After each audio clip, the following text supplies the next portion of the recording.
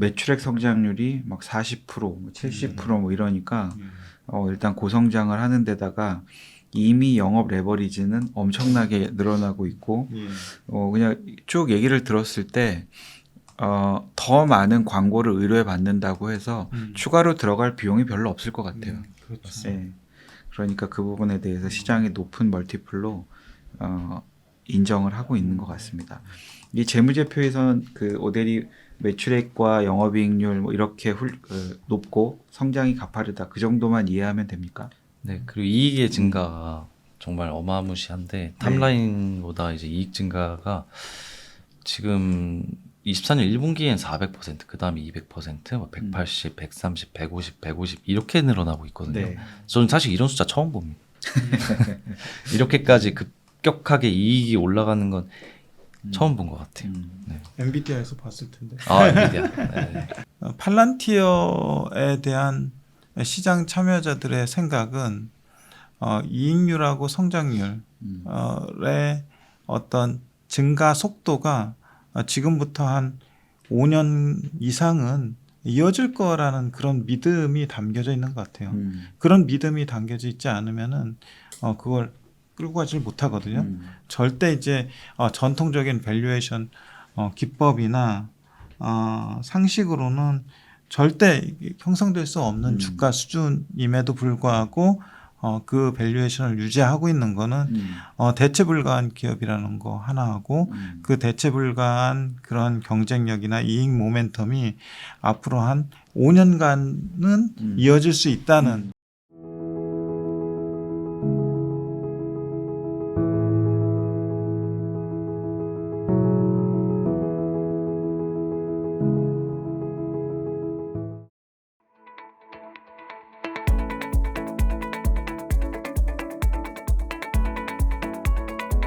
안녕하십니까 시슬리 인턴 여러분. 오늘은 슬기로운 기업 분석, 해외 기업 분석 시간입니다. 저희가 최근에 국내도 해외도 그 기업 분석 시간에 우리 인턴 여러분들 그리고 저희 채슬리 TV나 어스 플랫폼 고객분들 중에서 와서 많이 해주셨는데 오랜만에 우리 최근에 분석력이 나름 매일매일 깊어지고 있는 우리 오우석 대리가 오늘은 해외 기업 분석 준비해 주셨습니다. 오대리 우리 그 시작하기 전에 오늘 준비해 주신 기업이 엠러빈인데 네. 엠러빈을 오늘 한번 봐야겠다 결정하신 이유 먼저 듣고 얘기 들어볼까요?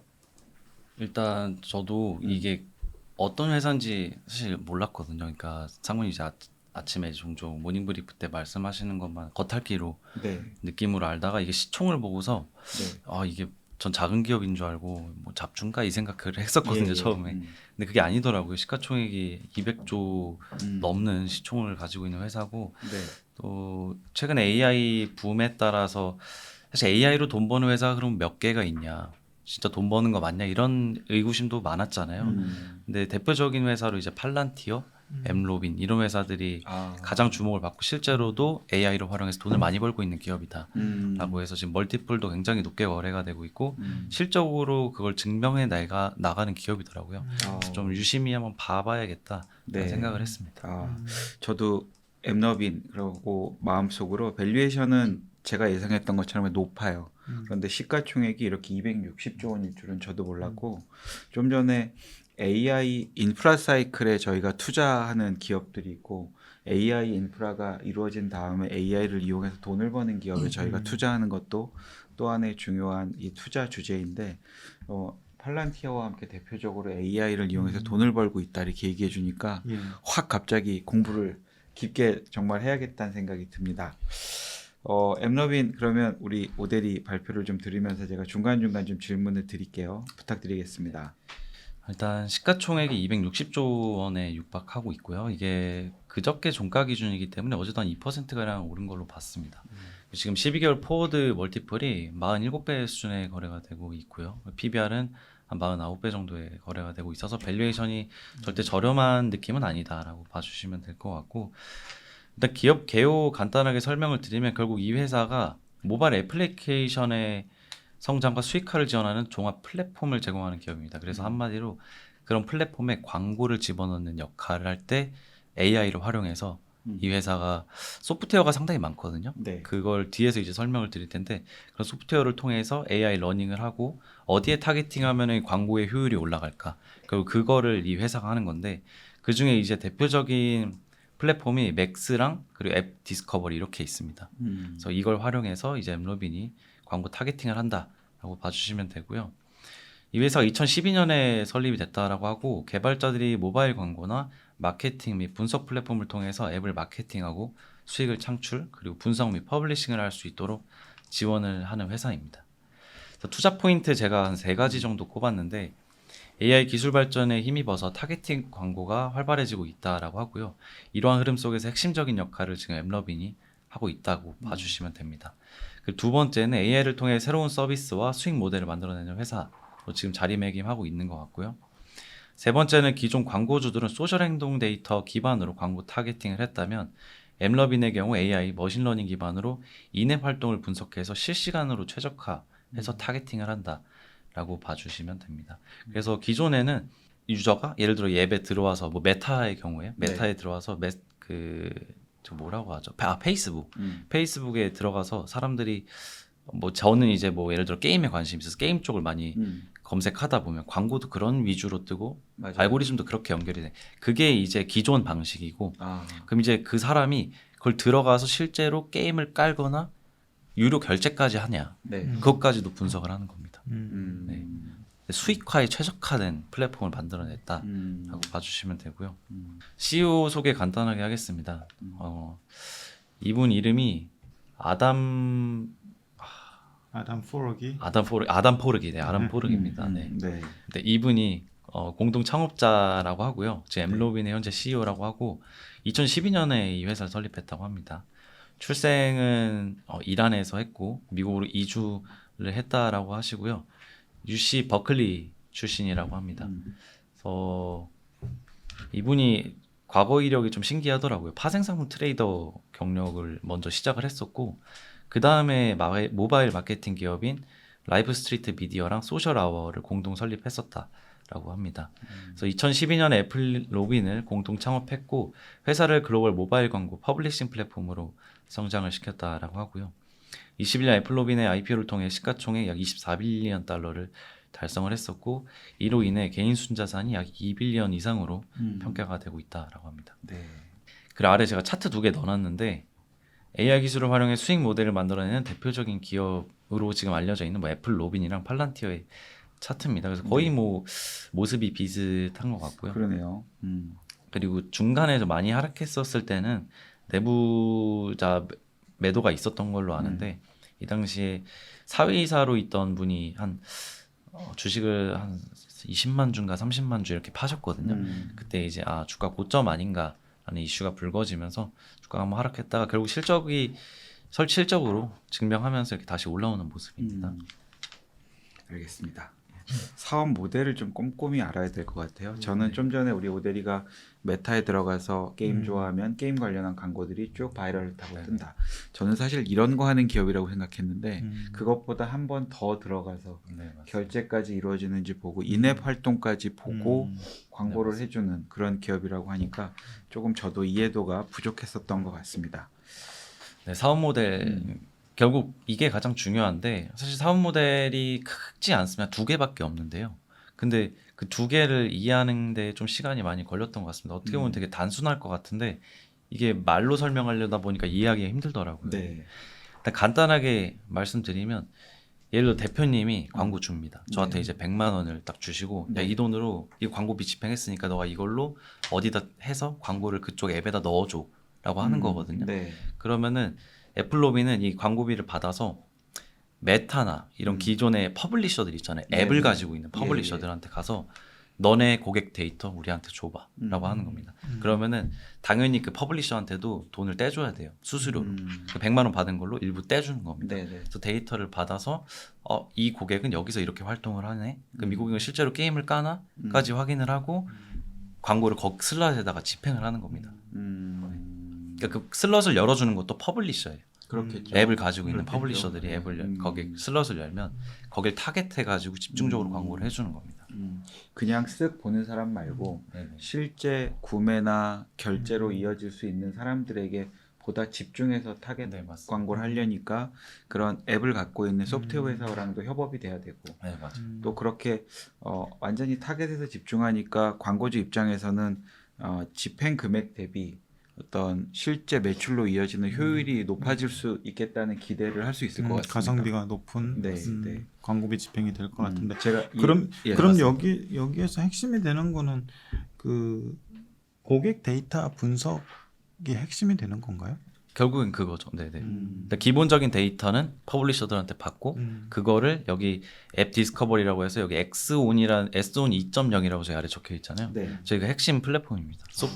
머신러닝을 돌리는 겁니다. 음. 그래서 그거를 계속 트래킹한다고 하더라고요. 이 러닝이 그 고객 데이터를 이 사람이 이 게임을 계속하고 뭐 그 과금도 계속하고 이런 거를 타겟해서 이 사람한테는 그럼 게임 광고를 지속적으로 넣어줘야겠다라고 네. 하는 데이터를 얻을 수가 있는 거죠. 네. 그래서 저도 이걸 보면서 좀 여러 가지 생각을 했는데 그러면 기존 강자 메타랑 구글 메타 애즈가 있고 구글 애즈가 있거든요. 그럼 이게 도대체 그렇게 공룡 같은 회사들은 뭘 하고 있는 거냐?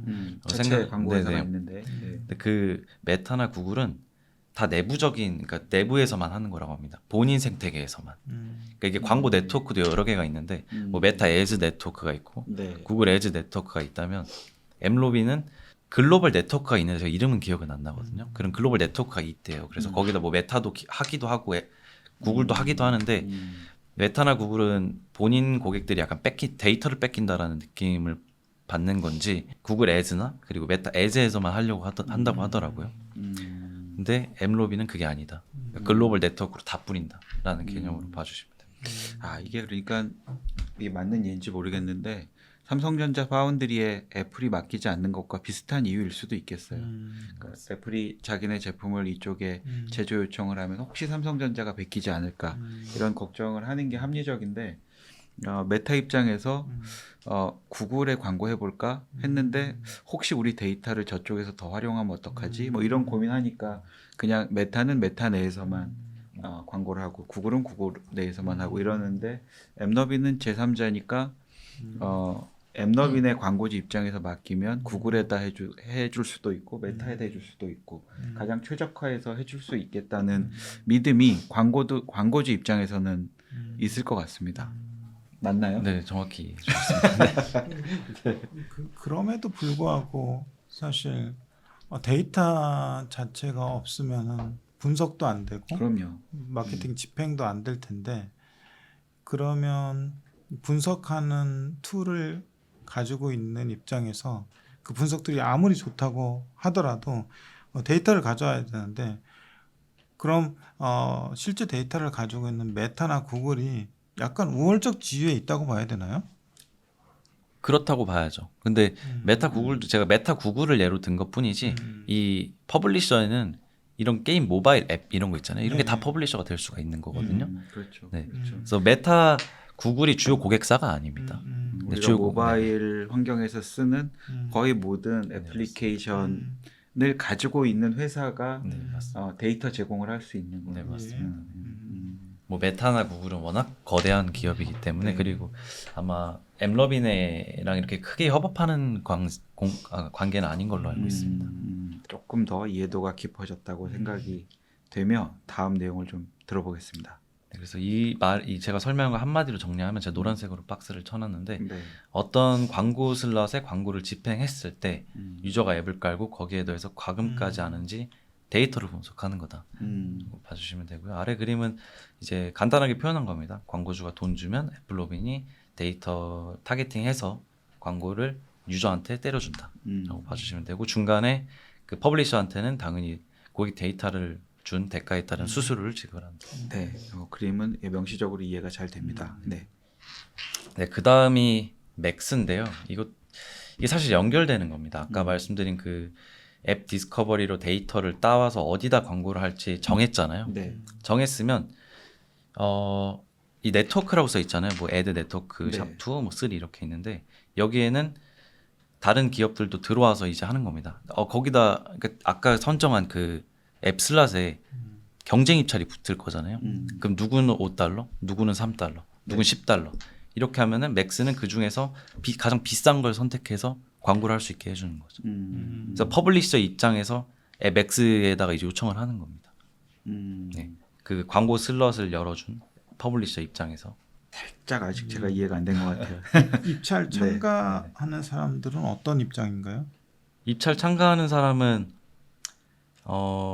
나 여기다가 광고 슬롯을 열었어. 예. 광고하고 싶어. 근데 난 가장 비싼 광고비를 지출하는 애들한테 광고를 해주고 거야. 싶어. 광고를 줄 거야. 이 의미입니다. 그 맥스가 거기서 이제 입찰을 시켜가지고 가장 비싼 걸 선택해서 여기서 광고를 이겁니다 하고 주는 거죠. 아 그러면 광고 주를 결정할 때 가장 동일한 슬롯에 대해서 가장 비싼 광고료를 내겠다고 하는 곳을 선택하는 거네요. 네, 앱너빈 입장에서는. 네, 맞습니다. 그래서 그런 걸 하는 게 이 맥스 플랫폼이라고 봐주시면 됩니다. 알겠습니다. 근데 이거를 뭐 사람이 일일이 손으로 하거나 그러는 게 아니라 네. 플랫폼을 이용해서 효율적으로. 그래서 이게 굉장히 저는 복잡한 그런 걸 줄 알았는데 그 엔비디아의 뭐 GB200 이런 게 필요하지 않다고 하더라고요. 그래서 조금 단순하다고 해요. 이 데이터 분석 자체는 그러니까 네. 얼마나 빠르게 얼마나 정확하게 타겟팅해서 꽂아줄 수 있냐. 그러니까 저희가 하는 대규모 그 LLM 모델 이런 느낌이 아니라고 하더라고요. 그래서 그 엔비디아의 A10, 뭐 L4, T4 이런 게 있다고 하는데 그게 초고성능 합승용 GPU가 아니라 방대한 이벤트 데이터들을 그냥 빠르게 처리할 수 있는 칩이 있다고 해요. 그거를 구글이 가지고 있다고 하는데 구글 클라우드에 있대요. 근데 그걸 엠러빈이 임대해서 쓴다고 하더라고요. 아, 네. 그러니까 아주 고차원적인 어떤 함수를 처리해야 되는 건 아니고 방대한 양을 빠르게 처리하면 되는 정도의 맞습니다. 메모리가 있으면 된다. 네, 예. 맞습니다. 알겠습니다. 네, 이 정도로 맥스는 뭐 제가 텍스트 많이 적었는데 사실 그냥 이 이야기를 풀어서 적은 것 뿐이고요. 그래서 네. 다음으로 넘어가면 네. 맥스랑 이제 엑소온의 차이가 있는데 네. 엑소온이 아까 처음 말씀드린 그 장표에 있던 앱 디스커버리 쪽인데 이게 AI 기반 광고 최적화라고 하더라고요. 그래서 뭐 머신러닝이나 예측 분석에 초점을 두고 있다라고 해서 예측이 들어가면 사실 이게 복잡해지잖아요. 그렇게 되면은 GPU 기반으로 추정을 해야 된다라고 하고 맥스는 이제 광고 플랫폼의 운영 및 관리라고 해서 여기에는 광고 요청, 경매, 데이터 처리 등에 초점이 되어 있다고 해서 이건 또 CPU 기반으로 추정을 한다고 합니다. 그래서 CPU 기반 머신러닝은 복잡한 데이터를 분석할 때 오히려 사용을 한다고 합니다. 그래서 각각 사용하는 그 데이터가 좀 다르다. 네. 봐주시면 됩니다. 제가 이 뒤 내용을 아직 못 봤는데요. 지금 한 중간 정도까지 이제 온 것 같은데 제가 여기까지 듣고 드는 생각은 앱너빈 입장에서 비즈니스가 아주 잘 되려면 앱너빈을 통해서 광고하겠다고 하는 광고주를 많이 유치해야 된다고 해야 될까요? 이렇게 네네. 좀 광고주의 풀이 아주 커야 될 것 같아서 광고주 풀이 크면 우리 앱에 대한 정보를 열어주겠다고 하는 곳은 자연스럽게 늘어날 것 같다는 생각도 들어요. 그래서 앱너빈의 어떤 뭐랄까요, 그 가장 핵심 경쟁력이나 지금 힘을 쓰고 있는 부분이 광고주를 모으는 것이어야 할 것 같다는 생각이 드는데 맞나요? 그 부분도 맞는 말씀인 것 같은 게 엠러빈이 아마 하반기 그리고 내년부터 이게 지금까지는 이따 뒤에서 자료에 있긴 한데 예. 지금까지는 대형 고객사만 있었다고 해요. 상대적으로 큰 회사들. 그러니까 뭐 이런 앱도 저희가 아는 뭐 브롤스타즈 하는 슈퍼셀 네. 이런 회사들 있잖아요. 그런 대형 게임사들이 있었고 그리고 플랫폼 회사들 그 이커머스 하는 회사들이 있었다면 앱러빈이 하반기 그리고 내년부터는 중소기업향으로도 할 수 있게끔 서비스를 출시한다고 하더라고요.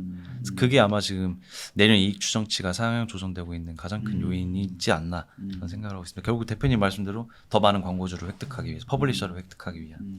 그러니까 이게 데이터 분석하고 광고주 돈 되는 광고주 선별 이게 서로 같이 병행되어야 할 것 같은데 그러려면은 이 앱너빈한테 광고 요청을 하면은 아주 가성비가 좋더라. 음. 뭐 입소문이 굉장히 많이 나야 될 것 같아요. 맞아요. 예, 맞아요. 그래서 서로 이 앱너빈을 통해서 광고하려는 광고주들이 모여서 서로 돈을 많이 써서 내 거 먼저 해달라, 내 거 먼저 해달라, 뭐 이런 식으로 돼야 될 것 같은데 그런 현상이 일어나고 있나요? 네, 그 실제로 아르프 DAU가 예. 좀 이게 앱러빈의 조사에 따르면 적게는 20에서 160%까지 증가했다고 합니다. 그러니까 기존에 다른 광고를 그 썼던 광고주들이 예. 지금 이 맥스나 엑스온을 쓰고 나서는 아르프 DAU가 적게는 20에서 많게는 160%까지. 그러니까요. 뭔가가 있으니까 숫자가 드라마틱하게 올라가는 그러니까 거라고 광고의 봐야 될것 효율이 같아요. 굉장히 좋아진다는 네. 것을 느끼니까 이쪽으로 올 거고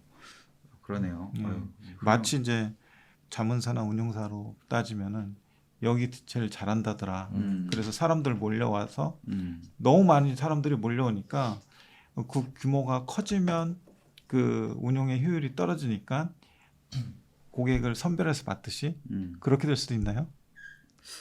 저는 아닌 것 같아요. 왜냐하면 예. 이게 기본적으로는 제가 이해한 바가 맞다면 이 앱너비는 기본적으로 중개업자인데 예. 그러니까 광고주들의 니즈를 잘 맞추어서 효과적으로 광고를 해주는 중개업자인데 예. 중개업자로 성공하려면 가장 중요한 게 이 데이터를 열어주는 앱도 아주 많아져야 되고 예. 광고주도 많아져야 예. 돼서 내가 잘 된다고 해서 이 광고주 풀을 줄일 필요는 없는 것 같아요. 베이스 자체가 AI고 이 플랫폼 비즈니스여서 그래서 최대한 점점 더 많은 광고주들과 그리고 내가 데이터를 분석할 수 있는 이 앱의 그 로 데이터를 제공해 줄 수 있는 이 소프트웨어 회사들 양쪽이 점점 더 풍부해질수록 나의 영업 레버리지는 엄청날 것 같습니다. 이 광고주들이 많아야 된다는 건 인정하는데 네. 그러면 아까 그 경매를 붙인다는 그런 컨셉은 네. 서로 그 한정된 스페이스하고 시간이 맞습니다. 있으니까 한정된 시간으로 앱너빈 입장에서는 가장 효율이 높으려면 어쨌든 광고비를 많이 지출할 광고주를 선택을 하는 거잖아요. 맞습니다. 예. 그러면 이제 여기서 그냥 좀 의문이 드는 게 굳이 경매를 붙일 필요가 있나? 내가 캐파를 더 늘려가지고 그냥 다 받으면 되는 거 아닌가? 그런 생각도 들더라고요. 아마 그 케이블 TV 같은데 보면 예. 중간 중간에 그 드라마나 쇼 같은데 중간 광고도 있고 그렇죠. TV가 그 프로그램 사이에 이제 예. 공식 광고도 예. 있는데 그 슬롯이 정해져 있어서 그 슬롯에 내가 얼마를 지불하겠다고 예. 하는 광고주들 중에 제일 높은 비용을 지불하는 애들 광고주에게 줄 거거든요. 그래서 요 슬롯을 늘리는 거는 아마 한계가 한계가 있지 있다. 않을까. 네. 그런 의미였군요. 알겠습니다. 이제 이해가 됐습니다. 상무님 이해시켰으면 그러니까 뭐 간단하게 얘기하면 그거죠. 저도 예. 인베스팅 앱을 많이 쓰는데 예. 들어가면은 가끔 게임 광고 뜨거든요. 예. 근데 저 들어갈 때 이게 하루에 어떨 땐 뜨고 어떨 땐 안 뜨는데 아마 그 뜰 때 그러면 슬라시 이제 하루에 2번 뜬다면 2개 있는 거잖아요. 저한테는. 예. 그럼 2개는 확실히 이게 한정적이니까 예. 2개의 광고밖에 나갈 수가 없다. 그런 알겠습니다. 개념. 모델이 설명을 좀 계속 네. 들어보겠습니다. 이제 이 앱러빈이 가지고 있는 플랫폼이 총 4가지라고 해요. 근데 그 중에서 이제 대표적인 게 이제 아까 말씀드린 앱 디스커버리 그리고 맥스 이렇게가 있고 네. 그리고 어드저스트랑 울이라는 게 있다고 하더라고요. 네. 그래서 이걸 좀 각각 설명을 드리면 아까 앱 디스커버리랑 맥스는 설명을 드렸는데 이건 자체 개발한 플랫폼이라고 하고 어드저스트는 모바일 앱 광고 성과 측정 분석 도구라고 하는데 이거를 앱로빈이 21년도에 인수를 했다고 합니다. 그래서 광고주들이 광고 성과를 측정할 때 사용하고 최적화할 수 있도록 좀 도와주는 역할을 하는 소프트웨어라고 봐주시면 될 것 같고요. 그리고 그 다음에 이게 울이라고 읽는 게 맞는 건지 모르겠는데, 네, 이게 CTV라고 해서 연결형 TV 쪽 광고 및 콘텐츠 배급 플랫폼이라고 합니다. 그래서 저희가 잘 아는 뭐 스마트 TV, 그 셋톱박스 등 인터넷에 연결된 TV를 이제 CTV라고 하더라고요. 네. 이쪽 소프트웨어도 이제 플랫폼을 인수를 했다라고 하고요. 이것도 22년에 인수를 했습니다. 그래서 기존의 앱로빈이 이제 모바일 광고 쪽 게임 쪽 특화였다면 네. CTV 이제 TV 쪽까지 진입하는데 핵심적인 역할을 하고 있다 봐주시면 됩니다. 주요 고객사도 나오는데 이게 비중 공개는 하진 않습니다. 근데 제가 알아본 바로는 글로벌 게임 퍼블리셔들이 일단 제일 많다라고 하고요. 그래서 여기는 트립닷이나 뭐 슈퍼셀, 진가 등이 있다라고 하고 여기는 이제 활용하는 플랫폼이 맥스랑 엑손이라고 합니다. 그래서 이걸 활용해서 실제로 이 고객들이 RFDU가 적게는 20에서 160%까지 증가하면서 광고 수익을 극대화하게 됐다라고 합니다. 그 다음이 이커머스나 DCC 브랜드 등이 있다라고 하는데 아직까지 이 비중은 정확히 알려지진 않았지만 그 게임 쪽으로의 매출 비중이 더 많은 걸로 알고 있습니다. 네, 그래서 이거는 앱 디스커버리나 엑손을 사용한다라고 하고요. 설치 및 캠페인율 극대화가 되고 있고 높은 ROAS를 달성하고 있다. 그래서 리턴 오브 애드 스펜딩이라고 해서 이제 그 광고 집행비 대 얼마나 투자 효율을 뽑아낼 수 있는지 네. 그 굉장히 지금 높게 나오고 있다. 네. 이야기까지 했습니다. 음. 네, 그다음 두 번째가 APP 앱인데요. 이게 사실 앱 로빈이잖아요. 네. 사실 이 회사가 처음에 모바일 게임 만들기도 했던 회사입니다. 그래서 이 내용을 좀 살펴보면 모바일 게임을 직접 개발, 퍼블리싱하거나 스튜디오 협업하여 운용하는 부분이라고 하고요. 자체적으로 만든 모바일 게임 여기에는 뭐 퍼즐이나 하이퍼 캐주얼 등의 컨셉으로 만든 게임들이 있었는데 이걸 글로벌 시장에 서비스를 했었다라고 합니다.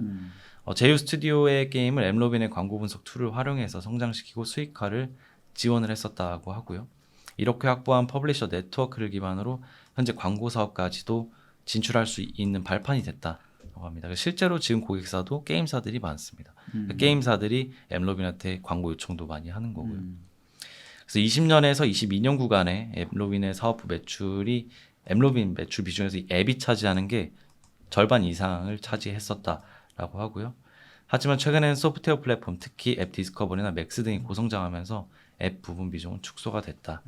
그래서 아래 실제로 그 자료를 가져왔는데 블룸버그 자료고요. 네. 위에가 아까 말씀드린 그런 소프트웨어 광고 툴 쪽인데 이쪽 매출 비중이 21년부터 나오거든요. 네. 그래서 24%, 37%, 56, 68, 94, 99. 지금 뭐 거의 다네요. 네, 맞습니다.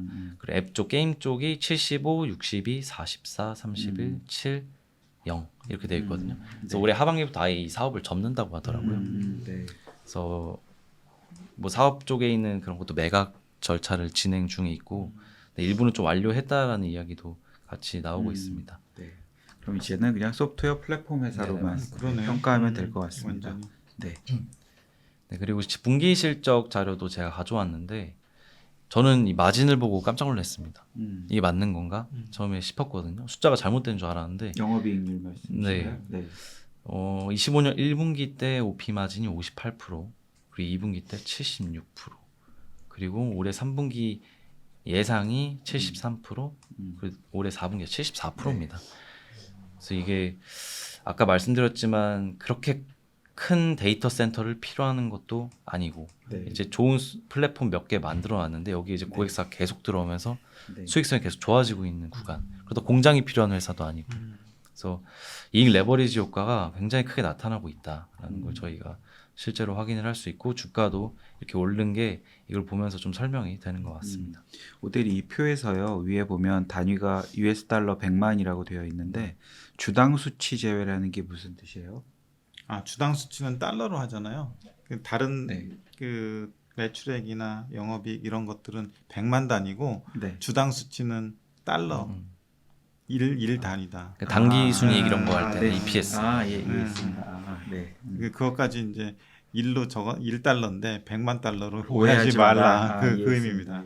예. 그러면 매출액이 예를 들면 지난 이게 밑에 숫자가 좀 빈 거는 아직 그 확정치가 네, 아닌 맞습니다. 거니까 2분기가 실제 발표치일 것 같은데 1.259 빌리언인 거네요. 네, 그러면 그렇죠. 그러면 이런 광고를 해서 달러 기준으로 뭐 한 12조, 13조 아니죠? 아니죠. 15조? 아니죠. 이제 15조 원? 1.5조. 1조 5천억. 1조 5천억 정도. 예. 1조 5천억 정도. 1조 1년에 5천억. 예. 6조 정도로 예, 하는데 그렇죠. 예. 매출액 성장률이 막 40%, 뭐 70%뭐 이러니까 일단 고성장을 하는 데다가 이미 영업 레버리지는 엄청나게 늘어나고 있고 예. 그냥 쭉 얘기를 들었을 때 더 많은 광고를 의뢰 받는다고 해서 추가로 들어갈 비용이 별로 없을 것 같아요. 그렇죠. 네. 그러니까 그 부분에 대해서 시장의 높은 멀티플로 인정을 하고 있는 것 같습니다. 이 재무제표에선 그 오데리 매출액과 영업이익률 뭐 이렇게 높고 성장이 가파르다 그 정도만 이해하면 됩니까? 네, 그리고 이익의 증가가 정말 어마무시한데 탑라인보다 이제 이익 증가가 지금 24년 1분기엔 400%, 그 다음에 200%, 뭐 180, 130, 150, 150 이렇게 늘어나고 있거든요. 네. 저는 사실 이런 숫자 처음 봅니다. 이렇게까지 급격하게 이익이 올라가는 건 처음 본 것 같아요. 네. 엔비디아에서 봤을 텐데. 아, 엔비디아. 네. 아, 플랫폼 회사. 네.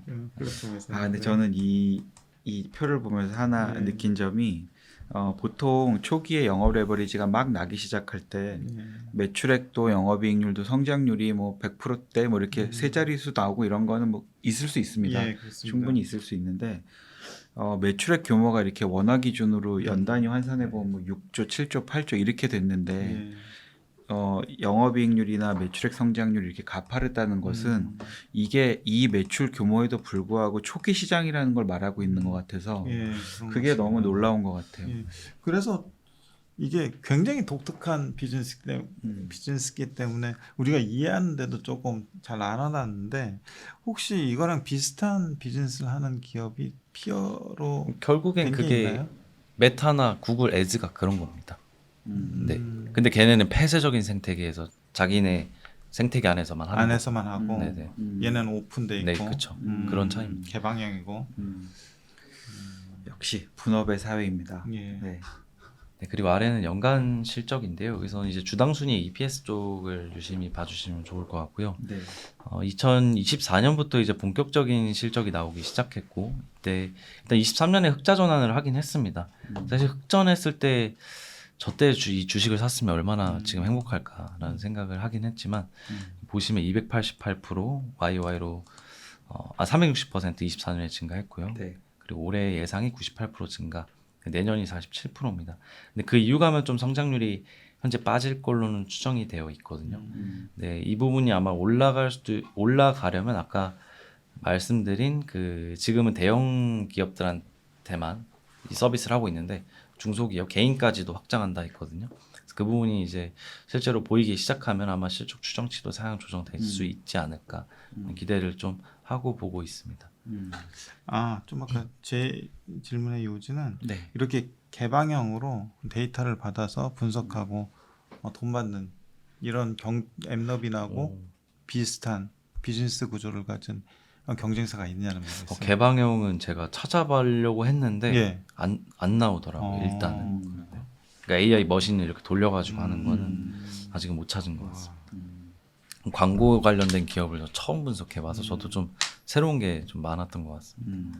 근데 그래서 엠러빈의 향후 성장 모멘텀에 대해서 제가 좀 고민을 해봤는데 결국엔 글로벌 론칭을 통해 고객사 확장이 가장 중요하다라고 생각을 하고 있습니다. 기존 엠러빈의 주요 고객사는 모바일 게임 퍼블리셔들이 대부분이라고 하고요. 엠러빈이 원래 게임 광고를 최적화로 강점을 갖고 있었기 때문에 뭐 진가나 슈퍼셀, 킹 같은 글로벌 모바일 게임사들이 현재까지는 주요 고객이었었다라고 합니다. 대형 광고주인데 결국에는 주로 앱 다운로드 수익화를 목표로 하는 기업들이었고 유저 확보 캠페인 중심이었다라고 합니다. 그래서 이런 회사들은 대부분 예산이 크고 글로벌 마케팅을 하는 회사들이라고 봐주시면 되는데 이제 엠러빈의 모멘텀은 엑손 애즈 매니저를 글로벌 론칭을 해서 고객 확장을 하겠다는 겁니다.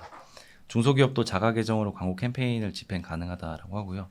지금까지 대행 제휴사 중심이던 구조에서 셀프 서비스 플랫폼으로 확장할 예정이다.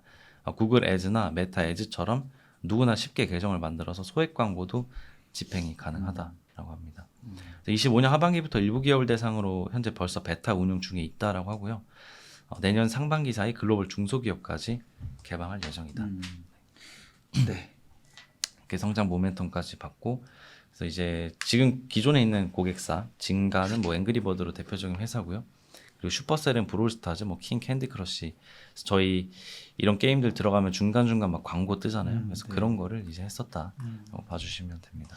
그래서 결론을 제가 좀 내봤는데 결국에 이걸 투자할까 말까에 대한 고민을 해봐야 되잖아요. 저희가 네. 지금 현재 레벨에서 그래서 현재 그저께 종가 기준 558달러였습니다. 그래서 제가 PE 시간점으로 좀 계산해 보려고 했는데 25년에서 28년 이 3년간 CAGR 그로스가 29.54%가 나오더라고요. 컨센서스. 네, 컨센 기준으로 네, 블룸버그 컨센 기준 12개월 포워드 멀티플 현재 47배 수준입니다. 그래서 PEG 레이시오가 지금 거의 1.6이거든요. 그래서 저희가 일단 1배 정도를 기준으로 보는데 좀 이 기준으로는 굉장히 비싸다. 그래서 PEG 1배를 적용해서 적정 주가를 계산해 보면 351달러입니다. 그래서 오히려 주가가 여기서 많이 빠져야 되는 수준이다. 봐주시면 되고, 근데 이게 워낙 고속 성장주다 보니까 생각하는 사람마다 이게 기준이 다를 수가 있잖아요. 그래서 그렇게 보면 좀 우리 긍정적으로 보는 투자자까지 한번 계산을 해서 한번 해보자 해서 PEG 2를 적용했는데 700달러 계산이 됐습니다. 그래서 이거는 성향에 따라 좀 다를 것 같아요.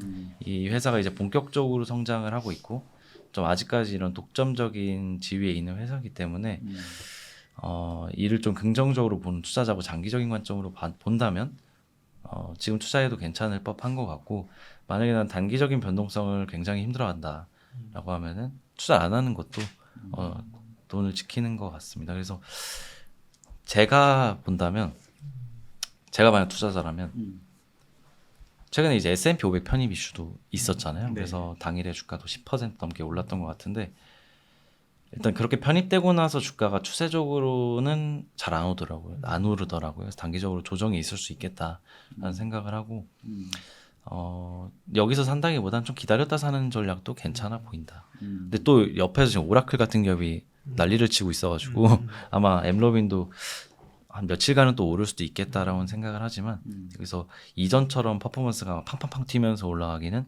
밸류 부담이 확실히 있다 생각을 하고 있습니다.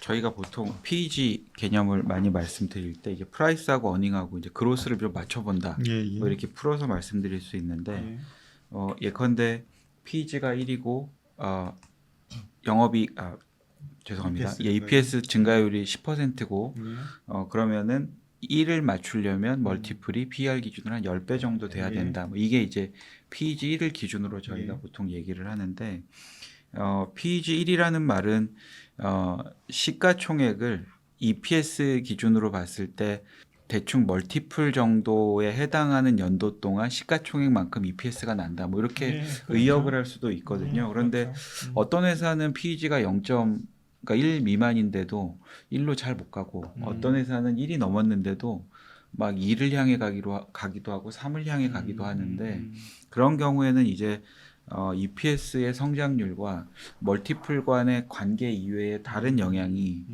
이 PEG 숫자가 나오는데 영향을 미쳤다고 보는 게 맞는 것 같아요. 우리 사모님 좋아하시는 대체 불가한 기업이다. 그러면 PEG가 잘 모르지만 항상 1 위에 있을 것 같고 또 그 반대로 언제든지 경쟁자가 출현할 수 있다거나 내년 후년에 이익이 맞나? 뭐 이런 의구심이 드는 회사는 1 미만에 항상 머물러 있을 수도 있는데 그런 관점에서 우리 이 엠러빈을 보면 지금 PEG가 한 1.59 그러니까 1.6인데 저는 여기서 이제 오데리가 저희들 중에서 가장 깊게 이 회사를 봤으니까 여쭤보고 싶은 말씀은 이 PEG가 1 이상인데도 이게 버티고 있다면 사업 모델이 굉장히 독보적이어서 경쟁자가 없는 것이냐 아니면 우리가 현재 추정한 이익 추정치가 좀 과소평가되어 있는 것이냐 과소추정되어 있는 것이냐 그 이외에 또 무슨 이유가 있을 수 있을까요, 상무님? 만약에 이 PEG가 맞다고 저희가 합리화를 한다면 팔란티어가 아주 극단적인 밸류에이션을 갖고 있잖아요. 맞습니다. 지구상에서 가장 신비로운 회사 중에 하나인데 그래서 다른 그 리서치 기관이나 투자자들로부터 비판을 받기도 하는데 팔란티어에 대한 시장 참여자들의 생각은 이익률하고 성장률의 어떤 증가 속도가 지금부터 한 5년 이상은 이어질 거라는 그런 믿음이 담겨져 있는 것 같아요. 그런 믿음이 담겨져 있지 않으면은 그걸 끌고 가질 못하거든요. 절대 이제 전통적인 밸류에이션 기법이나 상식으로는 절대 형성될 수 없는 주가 수준임에도 불구하고 그 밸류에이션을 유지하고 있는 거는 대체 불가한 기업이라는 거 하나하고 그 대체 불가한 그런 경쟁력이나 이익 모멘텀이 앞으로 한 5년간은 이어질 수 있다는 그런 믿음이 있는 것 같아요. 그런데 여기에서도 보면 아까 제가 경쟁자를 물어본 게 아직 경쟁자를 발견하지 못했다 이렇게 말씀하신 거로 봐서 그런 경쟁 우위를 기반으로 해서 지금의 현 영업이익률 74%, 70%대는 계속 몇 년간은 향후 이어질 수 있다는 시장의 믿음이 있지 않을까 싶고요. 매출 아까 보면 이제 주당 순이익 같은 경우도 제가 볼 때는 그냥 이익 성장은 좀 잔잔하거든요. 이 잔잔한 이익 성장이지만 그럼에도 불구하고 이 20%대는 당분간 유지될 수 있지 않을까라고 보면은 지금 PER 한 50배 내외 정도잖아요. 그 정도는 지금 주가를 정당화시킬 수 있지 않나 그런 생각을 해봤습니다.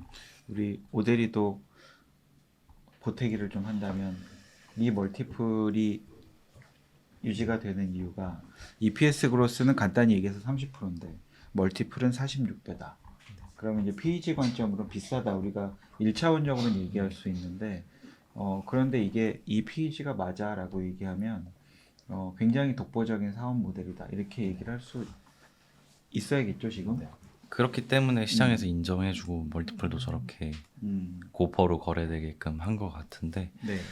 저희가 잘 알고 있는 미국의 코스트코나 네. 이런 회사들 사실 마트하는 회사인데 네. 멀티플이 굉장히 높잖아요. 맞아요. 항상 높고. 네. 네. 독보적이라는 게 그만큼 중요한 것 같습니다. 특히 미국 기업인데 독보적이다.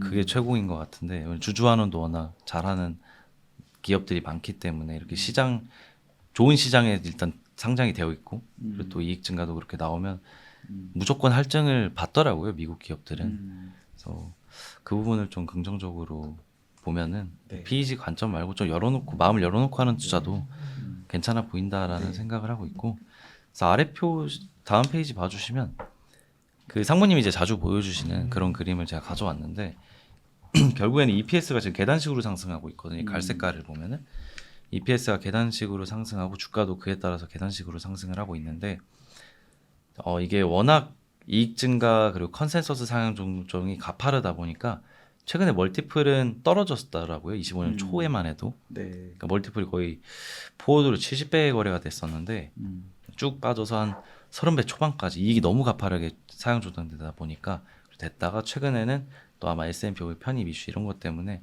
멀티플이 다시 올라가는데 저러다가 혹시 3분기 실적 나오면 또 다시 이익 추정치 상향 조정되면서 멀티플은 오히려 떨어지는 그렇게 될 수가 있기 때문에 그런 부분은 좀 기대해 볼 법하다라는 생각도 하고 있습니다. 그러네요. 지금 멀티플이 과거에 보다는 그래도 많이 내려와 있네요. 그러니까 이제 멀티플을 볼 때도 우리가 어느 지점을 보고 가느냐에 따라서 관점이 달라질 수 있는데 지금 주가가 한 550불 수준이잖아요. 550불 수준인데 2025년 기준, 2026년 기준, 7년, 8년 뭐 가면 갈수록 신뢰도는 떨어지지만 2028년까지 한 앞으로 3년 정도 보고 간다. 그런데 3년 정도 보고 갔을 때 지금 이 회사의 경쟁 우위하고 실력으로 봤을 때 EPS가 20%는 기록을 할 것 같다. 그러면 결국 2028년 앞으로 3년으로 봤을 때 558의 그 주가를 20불에 대입을 해보면 한 27배? 요 정도밖에 안 되잖아요. 그러면 이제 길게 보면 길게 볼수록 어떤 사람은 이 숫자에 대한 믿음 또는 이게 최소한 보수적으로 추정되어 있다고 하는 믿음 하에서는 길게 보면 그 사람한테는 싸 보이는 거죠. 나는 그래서 28년 보고 가니까 네. 지금의 비싼 거는 아무것도 아니다. 네. 어차피 가면 갈수록 모멘텀이 더 강화될 거니까 네. 그런 생각을 할 수도 있겠죠. 그 사이사이에 이제 경쟁자 나오나 예, 그렇죠. 그거 사업 모델이 체크하고, 예. 흐트러지나 이런 예, 거 이제 예. 점검해 가면서 예, 네. 그렇죠. 우리 오대리 제가 최근에 아침에 모닝 브리프 예. 때 매일매일 자료 주시는 거 보고 오늘도 자료 준비해 주시는 거 보니까 우리 함께 한 지가 만 4년 정도 5년입니다. 만 4년 좀 넘어가고 있죠. 예. 이제 그 축적된 로 데이터에서 나오는 분석 자료들도 나와요. 예, 예. 네. 그래서 우리 오대리가 이 채슬리의 또 챗 GPT가 될 수도 예. 있겠다. 그런 생각을 조심스럽게 해보면서 캔슬님 들어가 보겠습니다. 점수는 못 받지만 뭐 대표적인 성장주인 것 같아서 뭐 아주 무난한 좋은 점수가 나오지 않을까 예상을 하면서 항목 하나하나 좀 보겠습니다. 먼저 분기 영업이익률 C 먼저 들어보겠습니다. 네, 2분기 지난해 2분기 영업이익이 384 밀리언 달러였고요. 네. 그리고 올해 2분기가 958 밀리언 달러라서 YOY로 150% 증가, 그래서 만점 부여했고요. 네. 그 다음에 A인데요. A도 좋습니다. 21년 연간이익이 133 밀리언 달러, 그리고 24년 연간이익이 1845 밀리언 달러입니다. 그래서 140% 증가하면서 CAGR로 140%입니다. 네. 3년간 25점이 나왔습니다. 그 뉴 마켓 쪽인데 이제 뉴에서는 글로벌 탑티어인가, 그래서 저는 그냥 탑티어다라고 했거든요. 네. 뭐 여기에는 뭐 의견이 분분할 수도 있지만 뭐 범위를 넓혀가지고 광고 시장의 1등은 뭐 메타 구글 아니야라고 할 수도 있겠지만 거기서 이제 타겟하는 게 다르고 거기서는 지금 압도적이기 때문에 10점을 줬다라고 봐주시면 되고 향후 20% 이상 매출 성장 가능 연수는 일단 26년에 30% 이상 증가하고 27년 되면은 20%대로 떨어지더라고요. 그래서 일단 2점만 부여했고요. 그래서 1년이라고 쳐서 2점 부여했습니다. 네. 경쟁 기업 수는 구글 애드 몸이랑 뭐 메타 오디언스 네트워크, 뭐 유니티 애즈 이런 게 있기 때문에 일단 마이너스 1점 부여를 했고요. 지배 구조 쪽은 뭐 특별히 이슈는 없었던 것 같고 25년에서 20 그리고 향후 5년간 이 시장의 CAGR 그로스 쪽 점수는 25년부터 30년까지 디지털 광고 시장에서 광고 이 시장이 얼마나 클까에 대해 좀 찾아봤는데 이 시장 조사 기간마다 너무 달라가지고 네. 적게는 10% 많게는 20%막 이러더라고요. 그래서 일단 중간값 15%로 했고요. 그렇게 해보면 점수가 7.5점이 나왔습니다. 그래서 N의 총점은 18.5점 계산이 됐고요. 그 다음에 S 쪽인데 자사주 매입 비율입니다. 그래서 3년간 자사주를 좀 매입을 했었더라고요. 그래서 점수가 여기서 2.6% 정도 계산이 됐고 향후 3년간 공시된 자사주 매입은 뭐 딱히 없어서 일단 없음으로 했습니다. 그리고 특수관계인 쪽 여기 지분 매도가 있었는데 아까 말씀해 주신 네네네. 여기서 1.6% 정도 발행 주식 대비해서 계산해 보면 1.6% 정도 매도가 있었더라고요. 여기에는 CEO 분도 있었고 아까 말씀드린 사회 이사도 있었습니다. 그래서 여기서 1.6에다 1000 곱해서 마이너스 16점 점수가 좀 많이 까였고요. 그래서 S 총점은 마이너스 13.38점입니다. L 쪽 봐주시면 시장 주도주인가라고 봤을 때 24년 9월 10일부터 25년 9월 10일까지 최근 1년 상승률인데 엠러빈이 불과 1년 전에 86달러였는데 지금 558달러 되면서 547% 올랐습니다. 그래서 팔란티어보다 아마 더 오른 걸로 알고 있고요. S&P 500은 5,471포인트에서 지금 6,500포인트에 와서 S&P도 많이 올랐는데 약 19% 올랐습니다. 25점 계산이 됐습니다. 어마무시한 상승률을 기록을 했다라고 봐주시면 되고, 그리고 최근 I 쪽 최근 6개월 이제 기관 비중 변화인데요. 제가 탑 10만 꼽아서 가져왔고 여기서 비중이 한 1.8% 늘어났더라고요. 블랙록이 가장 많이 가지고 있는데 그래서 3.6점이 계산이 됐고 이렇게 캔슬링을 다 합산해서 점수를 계산해 보면 83.7점이 나왔습니다. 네.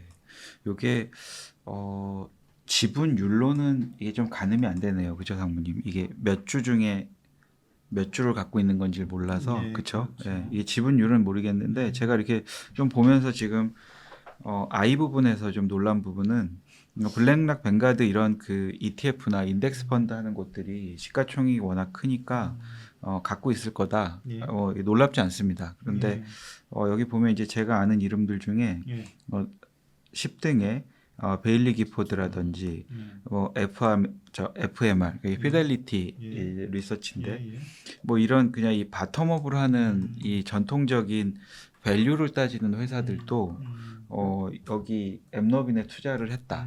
이 부분은 저는 조금 놀랐다 이런 생각이 들고 저는 보기 전에 100점 나올 줄 알았어요. 그런데 아까 S S에서 감점이 나오는 바람에 83점 물론 충분히 높은 점수입니다만 뭐 그런 수급적인 요인 이런 것들 때문에 좀 감점이 있어서 83점이 나온 것 같습니다. 그 내부자 매도는 사실 제가 다는 건 아니거든요. CEO, CTO, 사회이사 정도만 한 건데 다른 분들도 분명 더 있었거든요. 근데 그걸 다 계산하면은 뭐 모든 기업이 아마 대부분 점수가 엄청나게 낮아질 것 같거든요. 그래서 대표적으로 이런 CEO, CTO, 사회이사급은 돼야지 이 매도가 실제로 주가에 영향을 줄 수가 있기 때문에 그렇게만 선정을 했습니다. 이 쭉 보다 보니 이제 저희가 엠너빈이라는 기업을 아침 회의나 저희 내부 회의에서 얘기한 지는 상무님 이미 좀 됐습니다. 꽤 됐어요. 예. 그리고 지난번에 저희 인턴 하시는 분 중에 한 분이 또 이 자리에서 엠너빈을 인덱스하게 했고 그런데 그때까지만 하더라도 약간 개념이 좀 잘 안 와닿았었는데 오늘 오대리가 설명을 아주 완벽하게 해줘가지고 이해가 어느 정도 된 것 같습니다. 네. 저도 오늘 오대리 얘기를 쭉 듣고 느낀 점들이 몇 개 있는데 그 전에 우리 오대리 말을 들을까요? 쭉 분석을 해보니 네. 저희가 좀 전 이제 상무님께 여쭤봤던 것처럼 아침 회의 시간에 뭐 이런 종목이 있고 이런 비즈니스 모델이고 이렇게 가볍게 얘기한 지는 제법 좀 됐거든요. 예. 좀 깊게 공부해 보니까 평소 생각과 달라진 점 아니면 지금 관점에서 앞으로 이 기업의 투자에 대한 어떤 본인의 의견이나 계획 뭐 이런 것들이 좀 구체화됐습니까? 저는 특히 이런 미국 기업들 보면서 참 부럽다라는 생각을 많이 하고요. 우리에도 뭐 네이버, 카카오 이런 게 있지만 사실 좀 다르잖아요, 느낌이. 그래서 이런 걸 볼 때마다 굉장히 부럽고 좀 이런 기업을 조금 더 빨리 어떻게 좀 발굴할 수 있을까. 결국에는 저희가 그럼 AI로 어떤 기업이 돈 벌까에 대한 고민을 계속 하고 있지만 그 막상 찾아서 투자한다는 게 굉장히 어려운 일이잖아요. 결국 나중에 이제 실적 나오는 거 보고 미쳤다, 이 기업이었구나.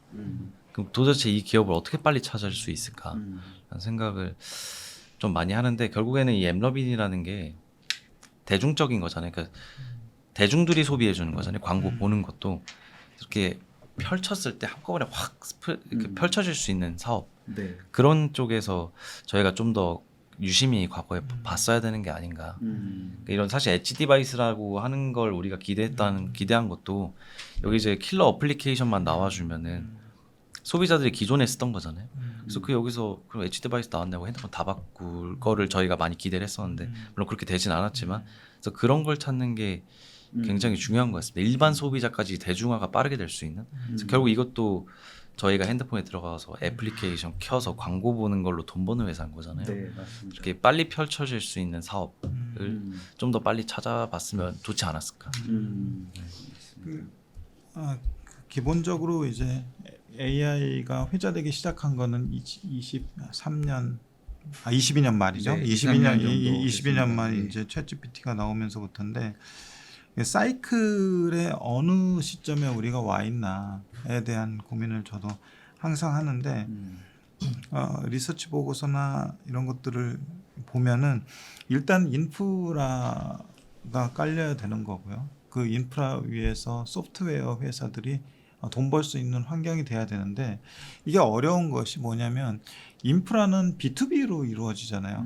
그리고 소프트웨어도 엠노빈도 얘기하면 이제 회사 대 회사로 이루어지는 거라서 약간 밖에서 보기에는 우리가 안에서 이루어지는 일들을 속속들이 알 수가 없기 때문에 이런 B2B 기업들의 그를 피부로 느끼고 하기 위해서는 좀 어느 정도 한계가 있는 것 같아요. 그래서 나중에 이제 오대리가 얘기했듯이 숫자 나오면 이거 미쳤구나 하면서 이제 감탄하고 주가 너무 많이 올랐구나. 그래서 못 따라가고 막 이랬었는데 그 한계를 스스로 인정을 하고 최소한 어느 정도 저도 이제 좀 반성하는 게 그래도 시도라도 해봤으면 다만 이제 어느 정도 우리 보초병 보낸다고 하잖아요. 네.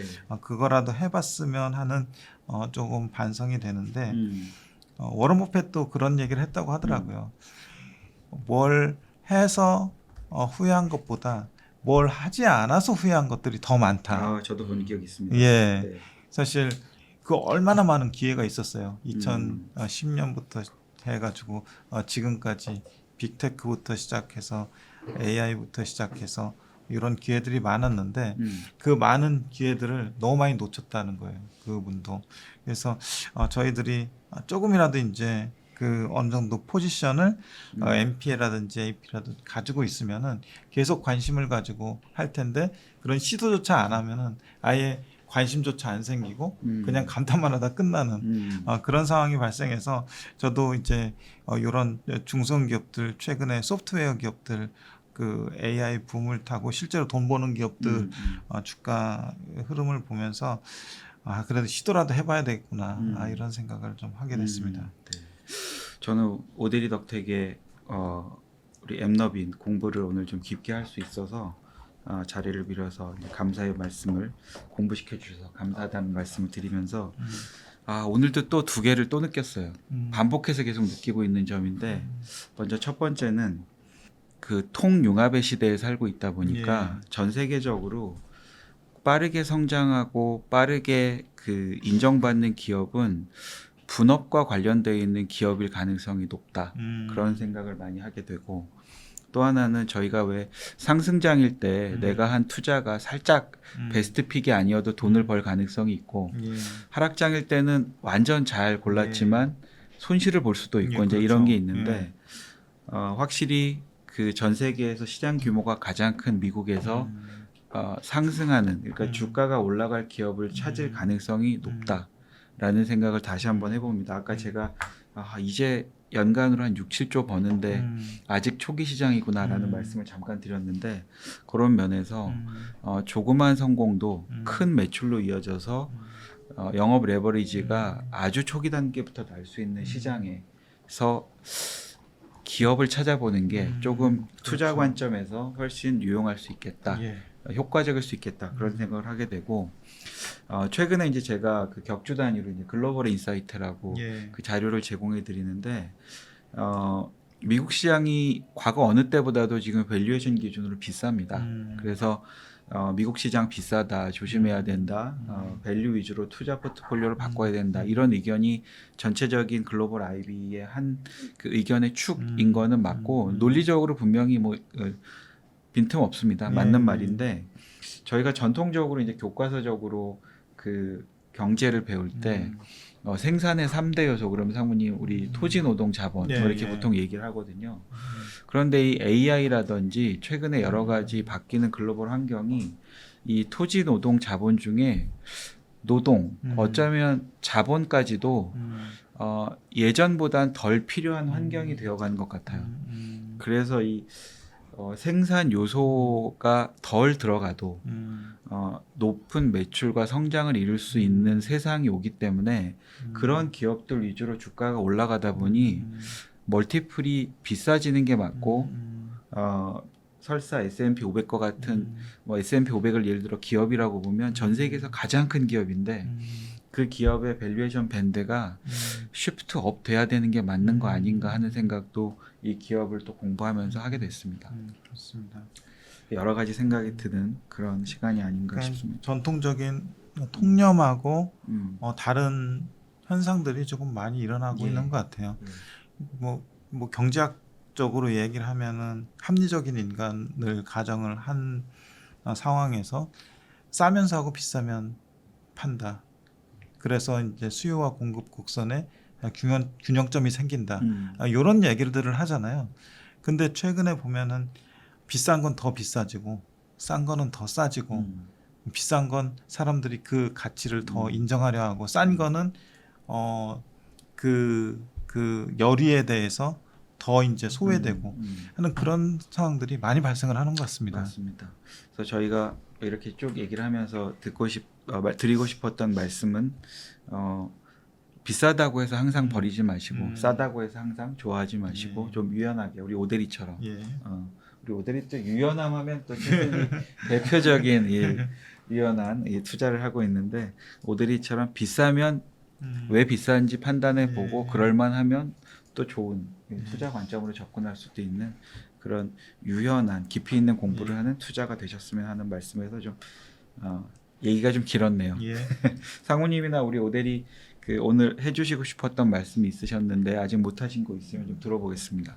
저는 다 됐습니다. 저도 다 했습니다. 예. 네, 예, 거의 또 1시간 가까이 말씀을 드렸는데요. 오늘 우리 오대리 덕택의 엠너빈이랑 공부 어떻게 좀 잘 되셨는지 모르겠습니다. 그러면 지금까지 슬기로운 기업 분석, 해외 기업 분석 시간 미국의 엠너빈에 대해서 말씀드렸습니다. 다음 주에 또 뵙겠습니다. 예. 감사합니다. 감사합니다.